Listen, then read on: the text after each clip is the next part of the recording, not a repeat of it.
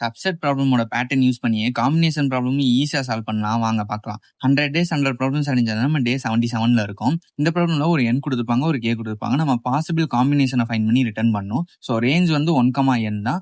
அதோட சைஸ் வந்து k சைஸ்க்குள்ள தான் இருக்கணும் அப்படின்னு சொல்றாங்க. இப்போ எக்ஸாம்பிள் 1ல பார்த்தோம் அப்படின்னா 4ன்னு கொடுத்துருக்காங்க. ஸோ 1 2 3 4 சைஸ் வந்து 2.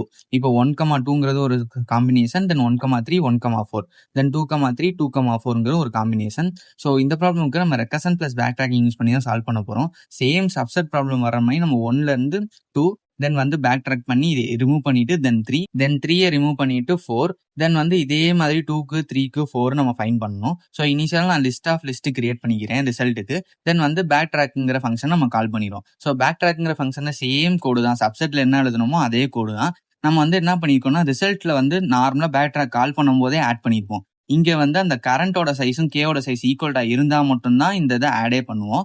ஸோ இனிஷியலா வந்து 1,2ன்னு ஆட் பண்ணிடும். தென் வந்து பேக் ட்ராக் ஆகி 2 ரிமூவ் பண்ண உடனே 1,3ன்னு வரும். ஸோ அதையும் நம்ம வந்து மெயின் லிஸ்ட்ல ஆட் பண்ணிடுவோம். ஸோ இந்த மாதிரி ஒவ்வொரு இதுக்கும் நம்ம சப்செட்டை வந்து ஆட் பண்ணிட்டே வரும். ஸோ ஃபைனலாக இந்த ரிசல்ட்டுங்கிற லிஸ்ட்டை நம்ம ரிட்டர்ன் பண்ணிடுவோம். ஸோ இந்த ப்ராப்ளம்க்கு நான் கோடோட எக்ஸ்பிளைன் பண்ணி யூடியூப்ல அப்லோட் பண்ணியிருக்கேன். அதோட லிங்க் பயோல இருக்கு, செக் பண்ணி பாருங்க. ஸோ இதான் அதோட கோட், வாங்க சப்மிட் பண்ணிடலாம்.